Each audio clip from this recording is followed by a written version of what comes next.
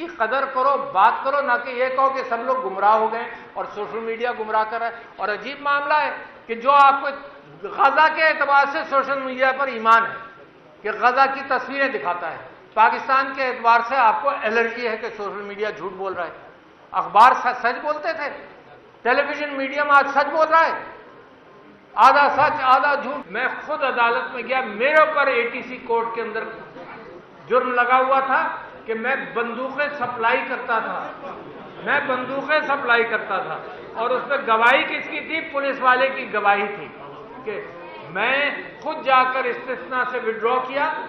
جب وہ میرے خلاف مقدمہ خارج ہو گیا تو PDM کی حکومت نے دوبارہ میرے اوپر مقدمے کا ریویو پہ ڈال دیا۔ تو لہذا قانون جو امپلیمنٹ ہو انصاف کے ساتھ، کہ میں آپ سے یہ کہہ رہا ہوں کہ حضرت ابو بکر نے یہ فرمایا کہ انہوں نے اپنے نبی کو یہ کہتے صلی اللہ علیہ وسلم یہ کہتے سنا کہ 3 لوگ جنت میں نہیں جائیں گے۔ ذرا سن لو غور سے، کون 3 لوگ ہیں؟ جو کنجوس ہے، جو دھوکے باز ہے، اور وہ جو حکمران بنے اور خیانت کاری کرے، وہ جنت میں جائے گا نہیں۔ دوسری بڑی بات کہ قانون کے اعتبار سے سب برابر ہیں۔ میرے نبی صلی اللہ علیہ وسلم کا قول تھا کہ اگر فاطمہ بھی کوئی جرم کرے گی تو اس کے اوپر بھی قانون لگے گا۔ اس سے بڑا کوئی قول ہو نہیں سکتا پاکستان کے لیے کہ کوئی ہر شخص قانون کے اندر برابر ہو۔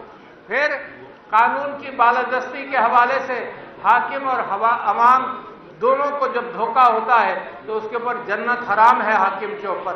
اور میرے نبی صلی اللہ علیہ وسلم نے کہا کہ تم ظالموں کے اوپر بھی رحم کرو، اس لیے کہ ان کو صحیح راستہ دکھاؤ۔ میں یہ چیزیں آپ کو اس لیے بتانا چاہتا ہوں کہ مظلوموں کی آواز اور گونج بڑھتی چلی جا رہی ہے، تو کہاں سے راستہ پکڑوں گا؟ میں کہاں سے پکڑوں گا اور آپ کہاں سے پکڑیں؟ اس کے بعد میں لانا چاہتا ہوں بات کو محمد علی جناح کے اوپر۔ وکیل تھا، دیانتدار وکیل تھا، اس کی دیانت کے اعتبار سے کسی کو آج تک کبھی کوئی انگلی نہیں اٹھا سکا، مگر اس نے کیا کہا ذرا میں پڑھ کر سنانا چاہتا ہوں۔ صبر کے ساتھ بیٹھیں اور سنیں۔ حمود الرحمان کمیشن کی رپورٹ کے اندر تو اب یہ ہو گیا کہ اگر آپ اس کا ذکر کریں گے تو قانون آپ کے اوپر لگ جائے گا، تو میں امید کرتا ہوں کہ محمد علی جناح کے اقتباس کو اگر میں پڑھوں گا تو مجھے سزا نہیں ہوگی اور میرے اوپر FIR نہیں کٹے گا، کیونکہ جس کو انہوں نے کہی ہے یہ بات انہی کو میں بھی سنانا چاہتا ہوں۔ اور یہ محمد علی جناح صاحب نے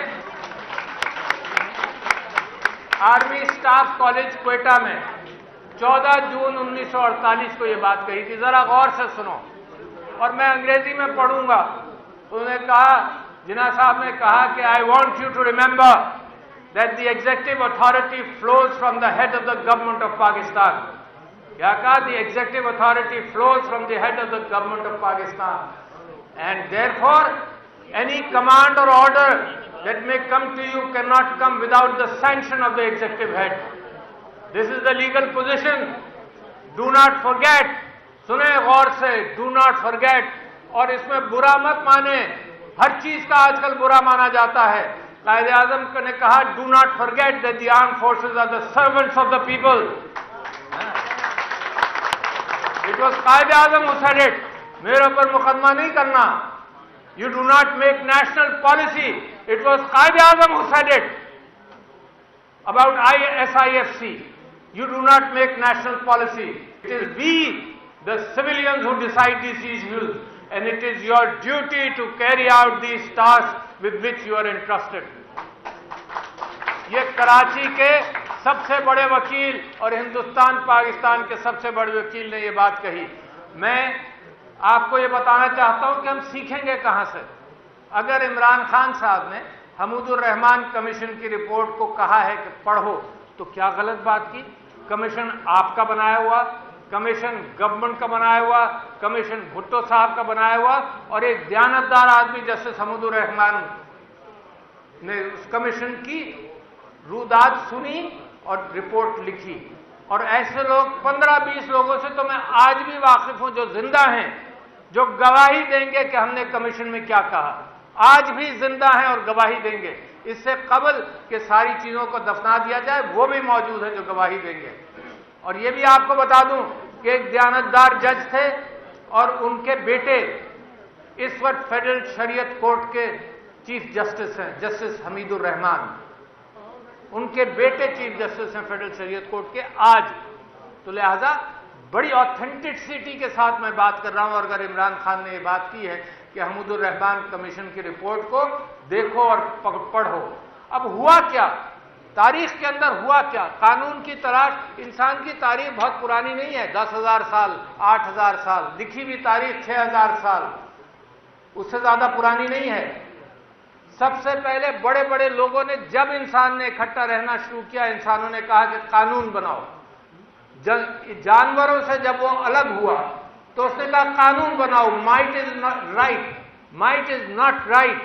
جنگل کا قانون ختم کرو، انسانوں کا قانون بناؤ. اور یہ سائرس دی گریٹ کے حوالے سے یونان کے اندر سقراط نے قانون کی بات کی. سقراط سے کسی نے پوچھا کہ جی قومیں کیسے بنتی ہیں؟ تو سقراط نے کہا قوم بنتی ہے تجارت سے. آج بھی وہی ایشوز ہیں، کوئی زیادہ بدلے نہیں. قومیں بنتی ہیں تجارت سے اور قومیں بنتی ہیں مشاورت سے، جمہوریت سے. تو کسی نے کہا سقراط صاحب کیا بس اسی سے بنے گی؟ اس نے کہا نہیں، قومیں بنتی ہیں انسانی جذبات سے. اس نے کہا تھائماس. پھر وہاں کی عدالتوں نے، آپ کو نام بھی نہیں یاد ہوگا، وہاں کے لوگوں نے فیصلہ کیا سقراط سے کہ تم نوجوانوں کو گمراہ کر رہے ہو. عمران خان کے اوپر کیا اعتراض ہے؟ نوجوانوں کو گمراہ کر رہے ہو. اور ٹھیکیدار نوجوان کے چند لوگ بن گئے ہیں نوجوانوں کے پاکستان کے، جو کہتے ہیں کہ نوجوان گمراہ ہو رہے ہیں. سقراط کو پھر سزا دی گئی اس بات کی کہ تم نوجوانوں کو گمراہ کر رہے ہو، تو تم یا زہر پیو یا شہر سے چلے جاؤ، ملک بدر ہو جاؤ. سقراط نے فیصلہ کیا کہ ملک بدر نہیں ہوں گا. عمران خان نے کیا فیصلہ کیا کہ میں ملک میں رہوں گا، یہی مروں گا، یہی جیوں گا، میں ملک چھوڑ کر نہیں جاؤں گا. اور سقراط نے زہر پیا. سقراط کا نام آج تک مشہور ہے، ہر کتاب کے اندر ملے گا. آپ ان کو جانتے ہیں جنہوں نے اس کے اوپر یہ فیصلہ دیا تھا؟ کسی کا نام آپ نے سنا ہے؟ تو یہ تاریخ کے اندر پورے کرکٹ پر ڈھیر ہو جاتے ہیں جو اس قسم کی لوگ بات کرتے ہیں. اس کے ساتھ پھر میں آپ سے یہ بات کہنا چاہتا ہوں کہ جمہوریت اور مشاورت، قرآن کے اندر مشاورت موجود ہے، ہر اعتبار سے مشاورت موجود ہے. ایس ایم ظفر صاحب آپ کے بڑے وکیل ماشاءاللہ انتقال ہوا، اللہ تعالیٰ مغفرت فرمائے.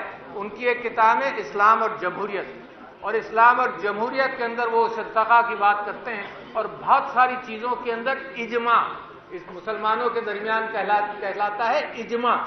لوگوں نے سب نے مل کر فیصلہ کر لیا، اور اجماع اتنا اسٹرانگ ہے کہ سارے فقہا اس کے بعد پھر بات نہیں کرتے، کہتے ہیں اجماع امت ہو گیا، یہ قوم اکٹھا ہو گئی. تو جب قوم اکٹھا ہو جائے جیسے مشرقی پاکستان کے اندر ہوئی تھی، ہمیں اس بات کی قدر کرنی چاہیے تھی، ان کے ساتھ بات کرنی چاہیے تھی. کبھی کوئی کانکریٹ بات کسی کے ساتھ نہیں ہوئی، اور میں گواہ ہوں اس بات کو. کراچی کے شہر کے اندر چودھری، بڑے بڑے نام، چودھری خلیق الزماں، ظفر احسن لاری، اور نام آپ لیتے جائیے کراچی شہر کے. اگر ان کو دوبارہ زندگی مل جائے تو وہ سوچیں گے کہ کون سی غلطیاں نہ کریں. اگر ایوب خان کو دوبارہ زندگی مل جائے تو وہ بھی سوچے گا کہ کون سی غلطی نہ کریں.